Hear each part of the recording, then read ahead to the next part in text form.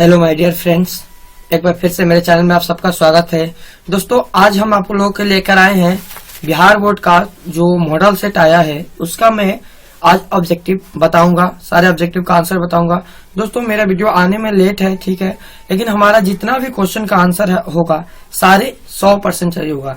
मैंने देखा कि कुछ लोगों ने यूट्यूब पर बहुत सारे इसका वीडियो डाले हैं, उसमें बहुत सारे क्वेश्चन का आंसर गलत भी बता दिए हैं। ठीक है दोस्तों, तो आप मेरा आंसर देख सकते हैं, मेरा 100% आंसर सही होगा।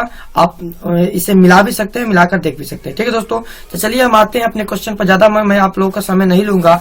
यहाँ पर देखिए दिया गया है कि Bihar school examination 2021 annual science optical compulsory, यानी कि यह विज्ञान का है, ऐच्छिक अनिवार्य है। और ध्यान दीजिएगा, इस बार कुल प्रश्न हमारा 1 से 10 आएंगे। कितना आएंगे? कुल प्रश्न की संख्या 1 से 10 होंगे, जिसमें ध्यान दीजिएगा 80 क्वेश्चन आपका हो गया सब्जेक्टिव, 80 क्वेश्चन सब्जेक्टिव रहेगा, और सॉरी दोस्तों 80 क्वेश्चन ऑब्जेक्टिव रहेगा, और 24 क्वेश्चन इसमें 24 और 6 सब्जेक्टिव रहेगा, जिसमें से 24 क्वेश्चन आपका 2 नंबर का रहेगा, और 6 क्वेश्चन आपके लिए 6 नंबर का रहेगा, 2 5 नंबर का क्वेश्चन रहेंगे। ठीक है दोस्तों, ये टोटल पेपर 1 से 10 क्वेश्चन है और 80 नंबर का होगा। टोटल पेपर 80 नंबर का होगा, 20 नंबर का आपका इसमें प्रैक्टिकल रहता है। ठीक है दोस्तों, और आपके लिए यहाँ पर 2 घंटा 45 मिनट का समय दिया जाएगा। ठीक है, 2 घंटा 45 मिनट का समय दिया जाएगा। दोस्तों, आपको पहले ऑब्जेक्टिव के लिए कुछ 55 मिनट या 50-55 मिनट आपको समय दे दिया जाएगा इसमें, तो आप उसको 50-55 मिनट में आपको कर लेना है सारे ऑब्जेक्टिव क्वेश्चन को, और करके उसे सबमिट कर देना है। उसके बाद आपको कॉपी मिल जाएगा लिखने के लिए, आपको लिखना है। ठीक है दोस्तों, इसमें आपकी इस बार बोर्ड ने आपको 2 गुना क्वेश्चन किया है, 2 गुना, हर क्वेश्चन 2 गुना कर दिया है, यानी कि 80 क्वेश्चन है, जिसमें से आपको केवल 40 क्वेश्चन का आंसर देना है, और उसमें से 40 क्वेश्चन को छोड़ना है। तो दोस्तों, आप लोग ऐसा करिएगा कि जितना भी क्वेश्चन आपको करना है, 40 क्वेश्चन करना है ना, तो आप एक्यूरेट जो आपको 100 में 100% सही लगे उसी को टिक लगाइएगा। उसके बाद 40 क्वेश्चन हो जाए तो सही है, यदि नहीं हो तो आप अदर क्वेश्चन को देखिएगा। पहले आपको जो सही है वो क्वेश्चन आपको कर लेना है। ठीक है दोस्तों, मैं आपको बताऊंगा कि कैसे क्वेश्चन कर ले, उसके लिए मैं और कुछ दिन के बाद में जब हमारा इंस्टीट्यूट का एग्जाम हो जाएगा तो मैं आपको इंस्टीट्यूट का पेपर के साथ लेकर, कॉपी के साथ लेकर, हर व्यवस्था लेकर मैं आऊंगा और आपको समझा दूंगा कि कैसे कैसे आपका बोर्ड में एग्जाम होगा और कैसे कैसे लिया जाएगा। ठीक है दोस्तों, चलिए हम आगे बढ़ते हैं और क्वेश्चन को देखते हैं। ठीक है दोस्तों, आइए हम क्वेश्चन देखते हैं। देखिए हमारा क्वेश्चन है, ये सब तो आपको दिया गया है, इसे पढ़ लेना है। आगे हम देखते हैं। देखिए यहाँ से हमारा क्वेश्चन शुरू है। यहाँ पर दिया गया है खंड आ, यानी कि खंड आ सेक्शन ए। ठीक है, दिया गया वस्तुनिष्ठ प्रश्न। पहला क्वेश्चन देखिए, इसमें दिया गया है कि 1 से 80 तक आपको वस्तुनिष्ठ प्रश्न है, जिसमें से 40 का उत्तर देना है। ठीक है, प्रत्येक के लिए 4 विकल्प आप जानते ही हैं। चलिए हम चलते हैं, वो अमर सीट आपको मिल जाएगा वहां पर। आइए हम क्वेश्चन को देखते हैं। क्वेश्चन हमारा है, पहला क्वेश्चन हमारा दिया गया है कि किस दर्पण की फोकस दूरी ऋणात्मक होती है। ध्यान दीजिएगा, आप ऐसा करना है कि मेरे साथ ही आपको सारे क्वेश्चन याद करते जाना है। ठीक है, ऐसे क्योंकि हमारे पास समय नहीं है अभी कि हम इसे फिर 2 बार 3 बार पढ़े, एक बार में ही सारे क्वेश्चन याद कर लेना है आपको। ध्यान दीजिएगा, मैं 2 बार इसे बोल रहा हूँ। तो ये पहला क्वेश्चन हमारा कि किस दर्पण की फोकस दूरी ऋणात्मक होती है। किस दर्पण की फोकस दूरी ऋणात्मक होती है? ऑप्शन है समतल दर्पण, अवतल दर्पण, उत्तल दर्पण, और इनमें से कोई नहीं। तो ध्यान दीजिएगा दोस्तों, इसका आंसर क्या हो जाएगा, याद रखिएगा आप, इसका आंसर होगा अवतल दर्पण। यानी अवतल दर्पण की फोकस दूरी ऋणात्मक होती है, याद रखिएगा, उत्तल दर्पण की धनात्मक होती है। ठीक है, चलिए यहाँ पे 2 क्वेश्चन हमारा हो गया, और 2 क्वेश्चन कंप्लीट इसमें हुआ। और आगे हम चलते हैं क्वेश्चन नंबर 2 की तरफ। क्वेश्चन नंबर 2 हमारा है, यहाँ पर इंग्लिश में भी लिखा है, तो आपको जो समझ में आए आप देख लीजिएगा। 2 नंबर क्वेश्चन है कि प्रकाश की फोकस दूरी और वक्रता त्रिज्या आर में, एफ और आर में क्या संबंध है। तो सिंपल है दोस्तों, आप पढ़े होंगे कि एफ बराबर R/2, इसका आंसर हो जाएगा एफ बराबर R/2। ठीक है, चलिए हम अगला क्वेश्चन 3 नंबर देखते हैं। 3 नंबर क्वेश्चन हमारा है कि समान दृष्टि के लिए स्पष्ट दृष्टि की न्यूनतम दूरी है। समान दृष्टि के लिए स्पष्ट न्यूनतम दूरी, यानी देखिए यहाँ पर 25 मीटर है, 25 सेंटीमीटर है, 25 मिलीमीटर, इनमें से कोई नहीं। याद रखिएगा, सामान्य दूरी कितनी होनी चाहिए, 25 सेंटीमीटर, यानी कोई भी चीज को हम 25 सेंटीमीटर पर रखकर देख सकते हैं। ठीक है दोस्तों, समझ में आ रहा है। अगला क्वेश्चन हमारा है, श्वेत प्रकाश का कौन सा रंग किसी प्रिज्म से गुजारने के पश्चात सबसे कम झुकता है। सबसे कम झुकने वाला रंग कौन सा है? तो ध्यान दीजिएगा, बैंगनी, नीला, लाल और पीला। तो लाल जो रंग है, यह रंग सबसे कम झुकता है, मतलब इसका विचलन सबसे कम होता है। और बैंगनी रंग है जो, इसका विचलन सबसे ज्यादा होता है। यदि आपको दे दिया जाएगा यहाँ पर सबसे ज्यादा झुकता है, तो ज्यादा आएगा तो बैंगनी हो जाएगा और कम आएगा तो लाल हो जाएगा। ठीक है, आगे चलते हैं हम। क्वेश्चन नंबर 5 हमारा है कि मानो आंख की रेटिना द्वारा बनाई गई छवि होती है आभासी, सीधा, वास्तविक, उल्टा, और आभासी, उल्टा, वास्तविक, सीधा। मतलब हमारे आंख कौन सा छवि बनाता है? दोस्तों इसका आंसर क्या हो जाएगा? इसका आंसर होगा हमारा वास्तविक और उल्टा। कौन सा हो जाएगा? वास्तविक और उल्टा। ठीक है दोस्तों, समझ में आ रहा है? आगे चलते हैं हम क्वेश्चन नंबर 6 की तरफ। क्वेश्चन नंबर 6 हमारा है कि आकाश का रंग नीला प्रतीत होता है, किसके कारण? प्रकाश के परावर्तन के कारण, प्रकीर्णन के कारण, अपवर्तन के कारण, इनमें से कोई नहीं। तो ध्यान दीजिएगा दोस्तों, इसका क्या आंसर हो जाएगा? बहुत सारे लड़के इसे प्रकाश का अपवर्तन मार देते हैं। नहीं दोस्तों, इसका आंसर हो जाएगा प्रकाश का प्रकीर्णन के कारण। ठीक है दोस्तों, प्रकाश के प्रकीर्णन के कारण।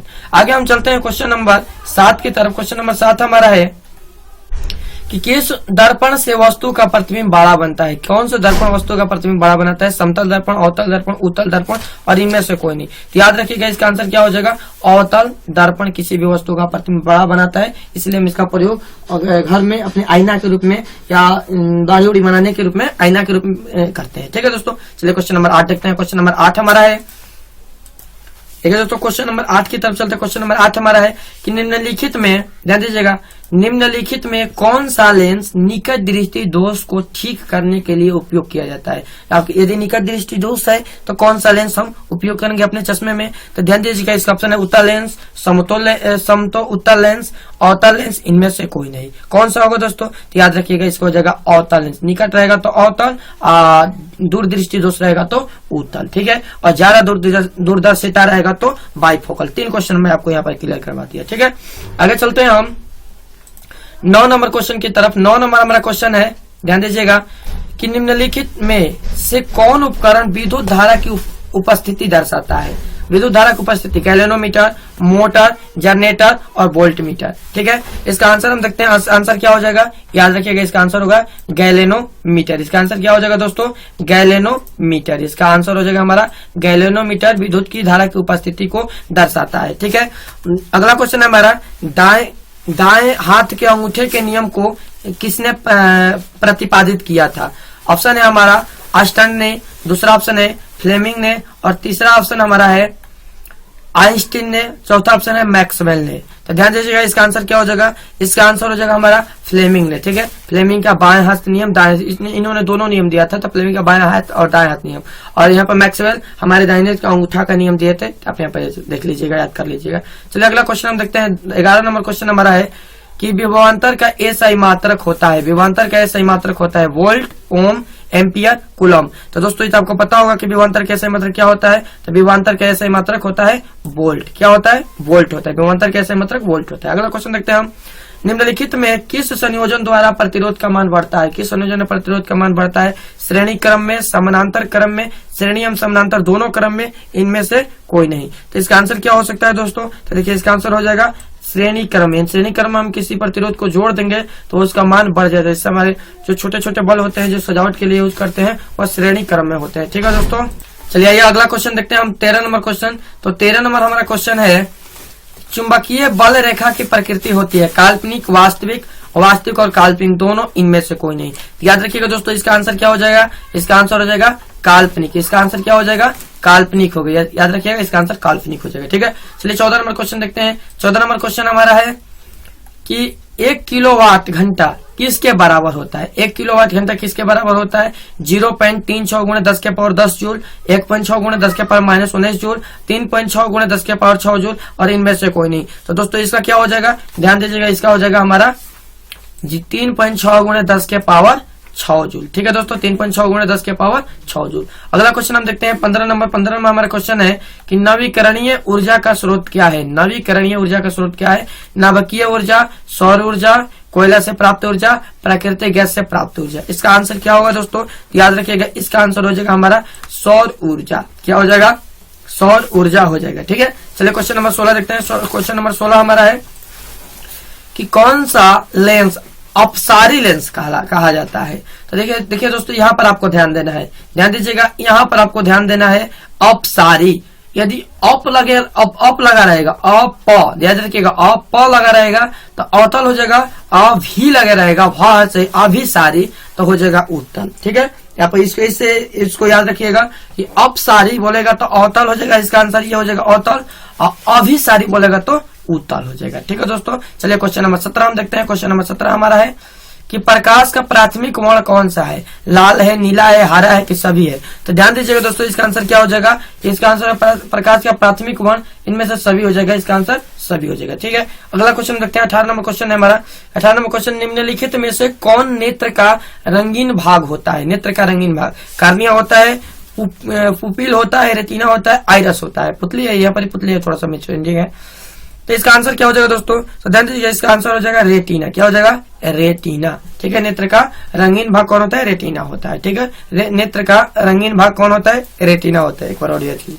अगला क्वेश्चन है हमारा कि 1 HP बराबर होता है, 1 HP बराबर होता है 760 वाट, 760 वाट, सॉरी दोस्तों, ये 746 है, ये 760 है। अगला है 780 वाट, 550 वाट। कौन सा हो जाएगा इसका, याद रखिएगा, इसका आंसर हो जाएगा हमारा 746 वाट। इसका आंसर हो जाएगा 746 वाट। 1 HP बराबर 746 वाट। ठीक है दोस्तों, चलिए क्वेश्चन नंबर 20 हम देखते हैं। क्वेश्चन नंबर 20 हमारा है कि विशालक शीशा यानी मैग्नीफाइंग ग्लास, ठीक है, होता है, अवतल लेंस होता है, उत्तल लेंस होता है, अवतल दर्पण, उत्तल दर्पण, कौन सा होता है दोस्तों। तो याद रखिएगा, इसका आंसर क्या हो जाएगा, इसका आंसर हमारा हो जाएगा उत्तल लेंस। जो आपको कंपास में मिलता है ना, बड़ा दिखाई देता है जो छोटे अक्षर को पढ़ने के लिए, तो वो होता है उत्तल लेंस, उसे मैग्नीफाइंग ग्लास कहते हैं। ठीक है, अगला क्वेश्चन हमारा, जब किसी चालक तार से विद्युत धारा प्रवाहित होती है तो वह गतिशील कण है, तो गतिशील कण है, विद्युत धारा प्रवाहित होती है गतिशील कण, परमाणु, आयन, प्रोटॉन, इलेक्ट्रॉन, कौन सा होगा दोस्तों, याद रखिएगा, इसका आंसर हो जाएगा इलेक्ट्रॉन। कौन सा हो जाएगा, इलेक्ट्रॉन होता है, यानी कि जब किसी तार से विद्युत धारा प्रवाहित करते हैं तो इलेक्ट्रॉन का प्रभाव होता है। ठीक है, अगला क्वेश्चन हम देखते हैं। 22 नंबर क्वेश्चन हमारा है कि एम्पियर घंटा मात्रक है, एम्पियर घंटा मात्रक है, शक्ति का, आवेश का, ऊर्जा का, इनमें से कोई नहीं। तो याद रखिएगा, इसका आंसर क्या हो जाएगा, इसका आंसर हो जाएगा हमारा आवेश का। एम्पियर घंटा मात्रक है आवेश का, एम्पियर घंटा मात्रक किसका है, आवेश का मात्रक है। ठीक है दोस्तों, समझ में आ रहा है। चलिए क्वेश्चन नंबर 23 हम देखते हैं। क्वेश्चन नंबर 23 है, थोड़ा सा मैं जल्दी जल्दी बोल रहा हूँ दोस्तों, क्योंकि 80 क्वेश्चन है ना, अब बहुत कम समय में करना है, इसलिए थोड़ा सा जल्दी जल्दी। अगला क्वेश्चन हमारा कि निम्नलिखित में कौन सा मात्रक वाट के बराबर है, W के बराबर है। ठीक है दोस्तों, J/S, JS, S/J, इनमें से कोई नहीं। कौन सा होगा दोस्तों, तो याद रखिएगा, इसका आंसर हमारा हो जाएगा A, J/S। ठीक है दोस्तों, जूल प्रति सेकेंड। ठीक है, अगला चलते हैं हम कि विद्युत धारा का मात्रक है, एम्पियर, वोल्ट, ओम और वाट। इसका आंसर क्या हो जाएगा, तो इसका आंसर होगा एम्पियर। विद्युत धारा का मात्रक एम्पियर होता है, विद्युत धारा का मात्रक क्या होता है, एम्पियर होता है, याद रखिएगा। क्वेश्चन नंबर 25 हम देखते हैं। क्वेश्चन नंबर 25 हमारा है कि ग्लोबल वार्मिंग के लिए उत्तरदायी गैस कौन है। Global warming, O2, NH3, CO2, N2।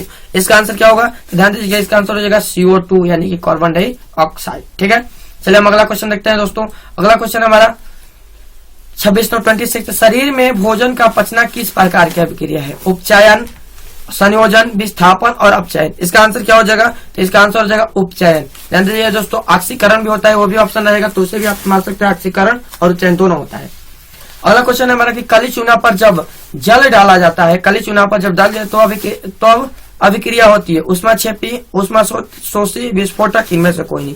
याद रखिएगा, इसका आंसर क्या हो जाए, उष्मा क्षेपी होगा। ठीक है, उष्मा क्षेपी, उष्मा देता है। ठीक है, जब हम चूना पर जल डालते हैं तो उष्मा देता है ना, गर्म हो जाता है, तो यानी उष्मा क्षेपी अभिक्रिया। अगला हमारा क्वेश्चन है 28 नंबर कि निम्नलिखित में कौन सबसे अधिक अभिक्रियाशील है, कौन सबसे अधिक अभिक्रियाशील है, Cu, Hg, Ag और Au। तो याद रखिएगा, इसका आंसर क्या हो जाएगा, इसका आंसर हमारा हो जाएगा Ag। ठीक है, Ag। ठीक है, अगला क्वेश्चन हम चलते हैं 29 नंबर क्वेश्चन की तरफ। 29 नंबर क्वेश्चन है चूना जल का रासायनिक सूत्र। चूना जल का रासायनिक सूत्र क्या हो जाएगा, तो दोस्तों याद रखिएगा, चूना जल का रासायनिक सूत्र देखिए, आप CaO, CaCl2 है और CaOCl2 है, यानी चूना जल है, तो इसका आंसर होगा CaOH का होल ट्वाइस, CaOH का होल ट्वाइस। ठीक है, अगला क्वेश्चन हम 30 नंबर देखते हैं कि कोई विलयन लाल लिटमस पत्र को नीला कर देता है तो उसका पीएच मान होगा।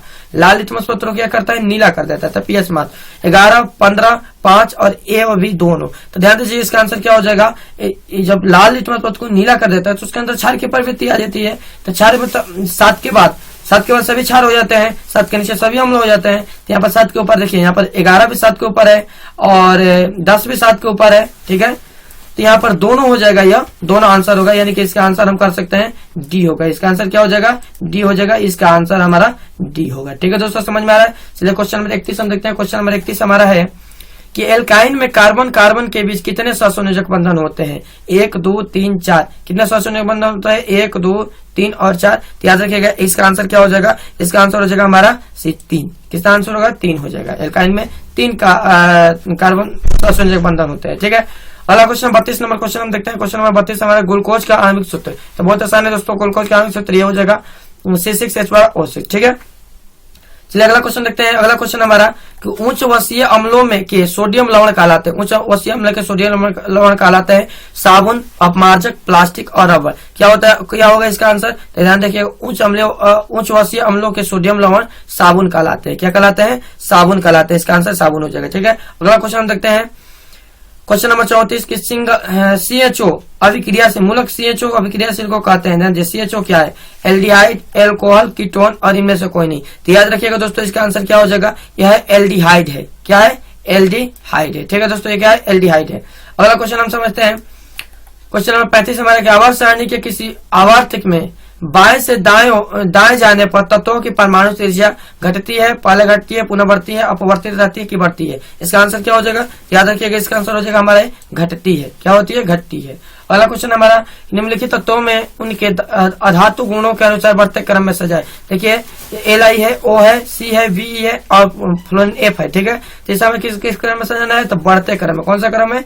बढ़ते क्रम है। तो याद रखिएगा इसे हम बढ़ते क्रम में सजा देते हैं। तो ये हम सजाएंगे तो देखिए इसमें सबसे कम क्रियाशील उसके बाद उससे बड़ा उससे बड़ा उससे बड़ा ऐसे सजाएंगे, ठीक है दोस्तों। तो इसका आंसर क्या हो जाएगा? ध्यान दीजिए, इसका आंसर हो जाएगा ये लिथियम सबसे कम, फिर Be, फिर C, फिर O, फिर F, यानी इसका आंसर हो जाएगा B, ठीक है दोस्तों। अगला चलते हैं हम क्वेश्चन नंबर 37। क्वेश्चन नंबर 37 हमारा है कि सिलिकॉन है। सिलिकॉन क्या है? धातु है कि अधातु है, उपधातु है कि इनमें से कोई नहीं? याद रखिए कहा सिलिकॉन है। तो याद रखिए इसका आंसर क्या हो जाएगा? इसका आंसर हो जाएगा हमारा उपधातु। क्या हो जाएगा? उपधातु। सिलिकॉन उपधातु है, ठीक है दोस्तों, समझ में आ रहा है। क्वेश्चन नंबर 38 हम देखते हैं। क्वेश्चन नंबर 38 हमारा कि निम्नलिखित में कौन विद्युत धनात्मक तत्व, विद्युत के धनात्मक है? Cl, Na और फास्फोरस P है, ठीक है दोस्तों। कौन सा हो जाएगा? याद रखिएगा इसका आंसर हम बता देते हैं आपको, सोडियम। सोडियम विद्युत का विद्युत धनात्मक होता है, ठीक है। अगला क्वेश्चन, टिहरी बांध का निर्माण किस प्रदेश में किया गया है?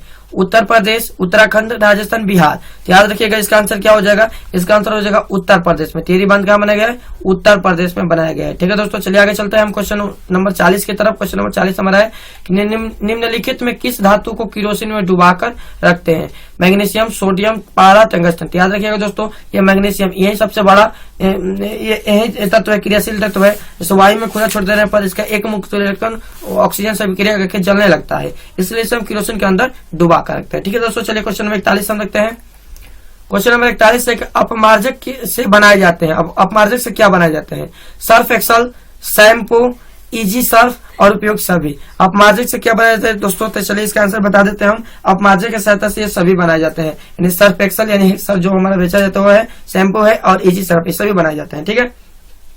अगला क्वेश्चन हमारा कि सौर सेल में किसका उपयोग होता है? प्लास्टिक का, सिलिकॉन का, यूरेनियम का, प्लेटोनियम का। तो याद रखिएगा इसका आंसर भी हम बता देते हैं। इसका आंसर हो जाएगा सिलिकॉन, यानी सौर सेल में सिलिकॉन का प्रयोग किया जाता है। समझ में आ रहा है दोस्तों। चलिए क्वेश्चन नंबर 43 देखते हैं। क्वेश्चन नंबर 43 से निम्नलिखित में से किसका उपयोग खाना बनाने वाले ईंधन में नहीं होता है? खाना बनाने वाले ईंधन में नहीं होता है, यानी CNG, LPG, बायोगैस, कोयला। इसका आंसर क्या होगा दोस्तों? आप जानते ही होंगे इसका आंसर क्या हो सकता है। चलिए हम बता देते हैं, इसका आंसर हो जाएगा CNG। क्या हो जाएगा? CNG, ठीक है दोस्तों। CNG का प्रयोग हम खाना बनाने में नहीं करते हैं, इसका प्रयोग हमारे गाड़ी उड़ी को चलाने में किया जाता है, ठीक है। चलिए हम चलते हैं आगे क्वेश्चन नंबर 44 की तरफ। क्वेश्चन नंबर 44 हमारा है कि 2Cu+O2 एरो रिएक्शन यहाँ पर कराया गया है 2CO। तो इसका कौन सा क्रिया? ऑक्सीकरण है, अपघटन है, उदासीनीकरण या विस्थापन है? तो याद रखिएगा दोस्तों, इस टाइप का क्वेश्चन एग्जाम में पूछता है, तो इसे आप देख लीजिएगा बस। इसका आंसर हम बता देते हैं, यहाँ पर ऑक्सीकरण हो रहा है। क्या हो रहा है? ऑक्सीकरण, ऑक्सीजन से क्रिया कर ऑक्सीकरण हो रहा है, तो इसलिए इसका आंसर हो जाएगा ऑक्सीकरण, ठीक है। चलिए दोस्तों, तो हम क्वेश्चन नंबर 45 देखते हैं। क्वेश्चन नंबर 45 हमारा है कि निम्नलिखित में कौन संतुलित समीकरण नहीं है? निम्नलिखित में कौन संतुलित समीकरण नहीं है? तो हम इसका आंसर देखते हैं कि H2Cl2 रिएक्शन H2HCl है, PbNO3 का whole twice, reaction PbO plus NO2 plus O2 है, और H2H2 मतलब आप जानते हैं कि संतुलित कौन सा समीकरण संतुलित होता है, जिसके अभिकारक और प्रतिफल दोनों तरफ की संख्या समान होती है, वो संतुलित होता है। तो देखिए यहाँ पर 2H H2 2 है, Cl2 2 है, तो यहाँ पर 2H और 2 Cl, H भी 2 है, Cl भी 2 है, तो संतुलित है। यहाँ पर देखिए Pb 1 है, PbO यहाँ पर है, NO3 का होल ट्वाइस, NO3 2 बार है, यहाँ पर NO2 2 है एक बार, यानी कि यह संतुलित नहीं है। तो यही हमारा हो जाएगा आंसर कि यह संतुलित नहीं है। ठीक है दोस्तों, चलिए हम अगला देखते हैं, क्वेश्चन नंबर 46 देखते हैं। क्वेश्चन नंबर 46 हमारा है कि उदासीन विलयन का पीएच मान होता है, सबको पता होगा कि उदासीन विलयन का पीएच मान 7 होता है। क्या होता है? 7 होता है। उदासीन विलयन का पीएच मान 7 होता है। ठीक है, चलिए अगला क्वेश्चन 47 नंबर क्वेश्चन हम देखते हैं। 47 नंबर क्वेश्चन, निम्नलिखित में कौन दुर्बल अम्ल है? दुर्बल अम्ल कौन सा है दोस्तों? तो याद रखिएगा HNO3, NCl, CH3COOH, H2SO4। तो इसका आंसर हो जाएगा हमारा CH3COOH, यह दुर्बल अम्ल है। ठीक है, अगला क्वेश्चन हम देखते हैं, क्वेश्चन नंबर 48। क्वेश्चन नंबर 48 हमारा है कि क्रायोलाइट अयस्क है, तांबा का, लोहा का, मैग्नीशियम का, एल्युमिनियम का, यह किसका अयस्क है? क्रायोलाइट किसका अयस्क है? ठीक है दोस्तों, तो आइए हम इसका आंसर आपको बता देते हैं। इसका आंसर हो जाएगा हमारा अल्युमिनियम का। किसका अयस्क है? अल्युमिनियम का। ठीक है दोस्तों, चलिए क्वेश्चन नंबर 49 की तरफ हम चलते हैं। क्वेश्चन नंबर 49 हमारा है कि पोटेशियम की परमाणु संख्या है, पोटेशियम की परमाणु संख्या 17, 18, 19, 20। पोटेशियम की परमाणु संख्या कितनी है? तो ध्यान दीजिएगा दोस्तों, इसका आंसर हो जाएगा हमारा पोटेशियम की परमाणु संख्या 19 है। कितनी है? 19 है। पोटेशियम की परमाणु संख्या 19 है। अगला क्वेश्चन हमारा 50 नंबर क्वेश्चन है कि फार्मिक अम्ल काइफिसिनम, आपको पता होगा कि फार्मिक अम्ल काइफिसिनम होता है मेथेनोइक अम्ल। क्या होता है? मेथेनोइक अम्ल। इसका आंसर हो जाएगा हमारा मेथेनोइक अम्ल। ठीक है, अगला क्वेश्चन हम देखते हैं। 51 नंबर क्वेश्चन है। 51 नंबर क्वेश्चन, एथाइल अल्कोहल का अणु सूत्र है, ethyl alcohol CH3OH, C2H2OH, C2H5OH और C2H6OH। ध्यान दीजिएगा, एथाइल, यहाँ पर देखिए, यहाँ पर क्या दिया गया है?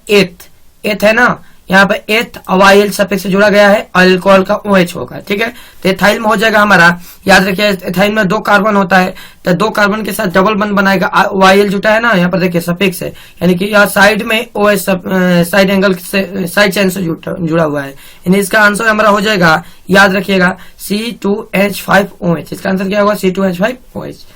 चलिए क्वेश्चन नंबर 52 हम देखते हैं। क्वेश्चन नंबर 52 हमारा है कि एल्काइन कौन है? C2H2, C2H6 और CH4 और C2H4। देखिए यहाँ पर सफिक्स का है YNE, सफिक्स इसका क्या है? YNE है।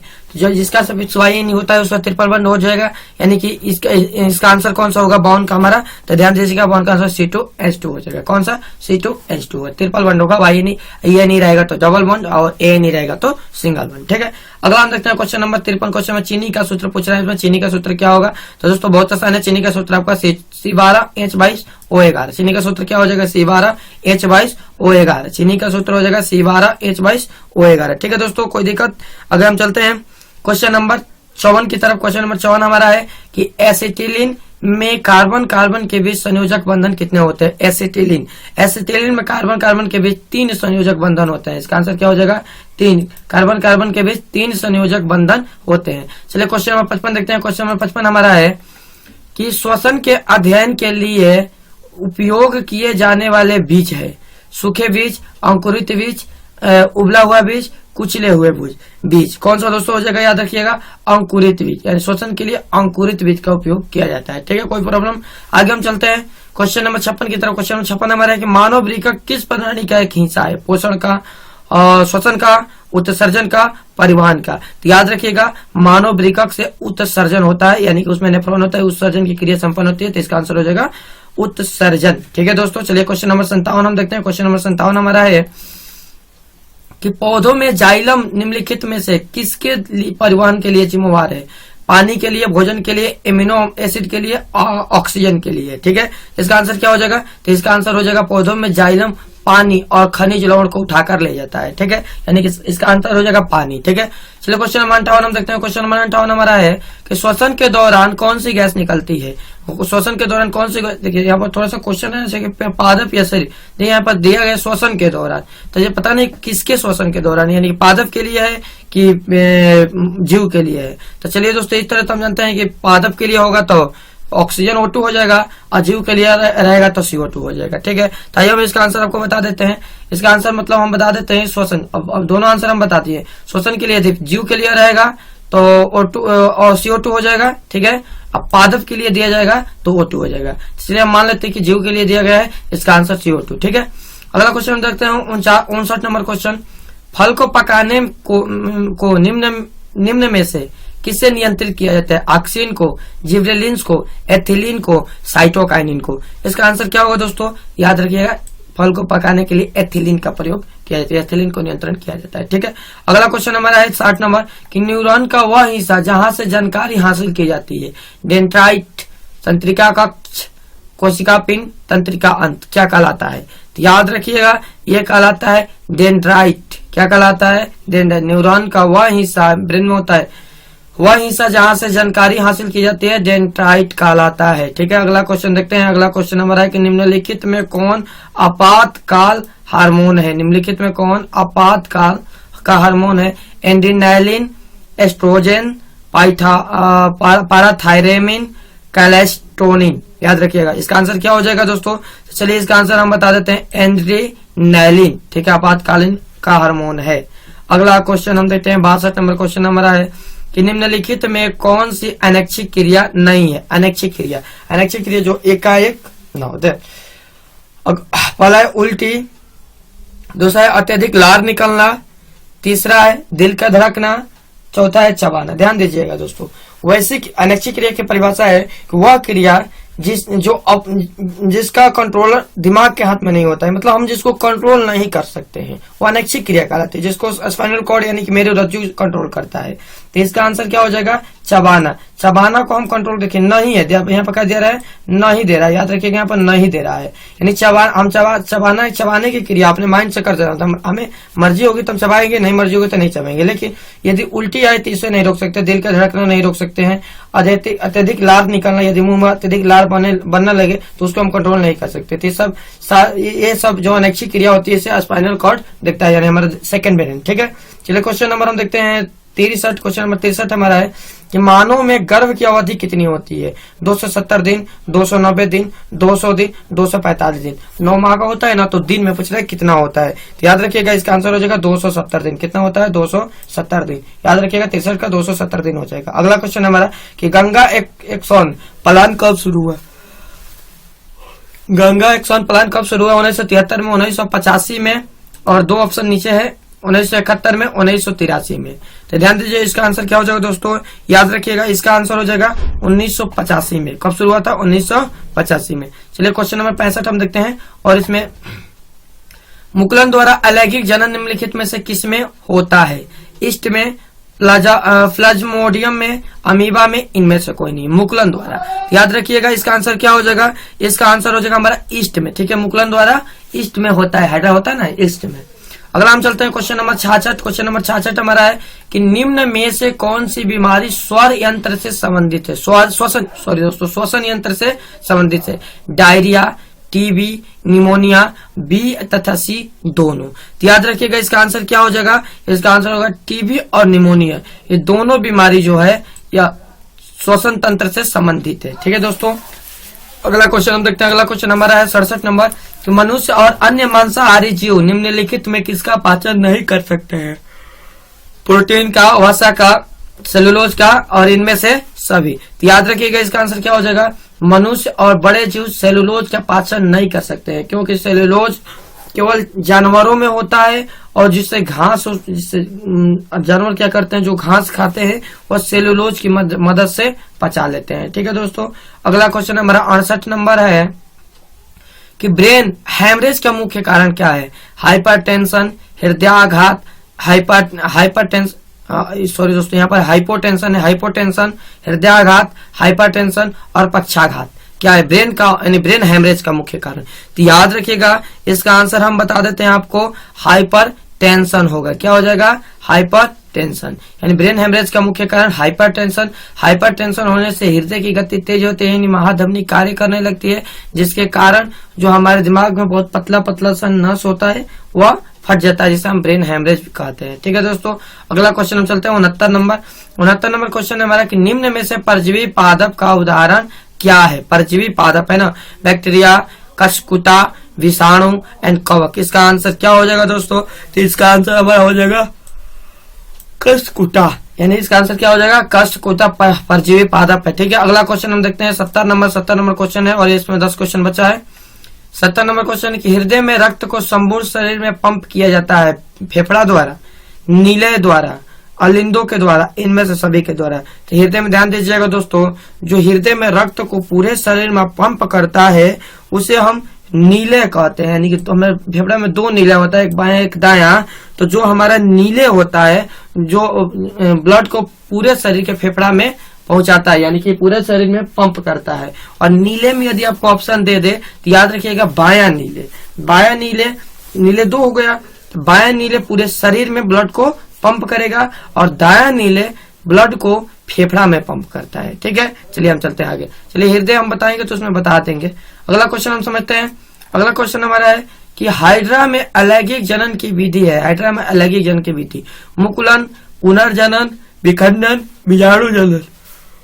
इसका आंसर क्या हो जाएगा दोस्तों, याद रखिएगा इसका आंसर होगा मुकुलन, यानी कि हाइड्रा में मुकुलन होता है। ठीक है, अगला चलता है हम क्वेश्चन, जनन संचारित रोग है सिफिलिस, एड्स, गोनोरिया, इनमें से सभी। इसका आंसर क्या होगा दोस्तों, याद रखिएगा जनन से संबंधित सब ये रोग है, जनन से ही संबंधित रोग है। ठीक है, अगले आगे हम चलते हैं क्वेश्चन नंबर 73 की तरफ। क्वेश्चन नंबर 73 हमारा है कि पुष्प का सबसे बाहरी भाग होता है बाह्य दल पुंज, पुंकेसर और स्त्री केसर।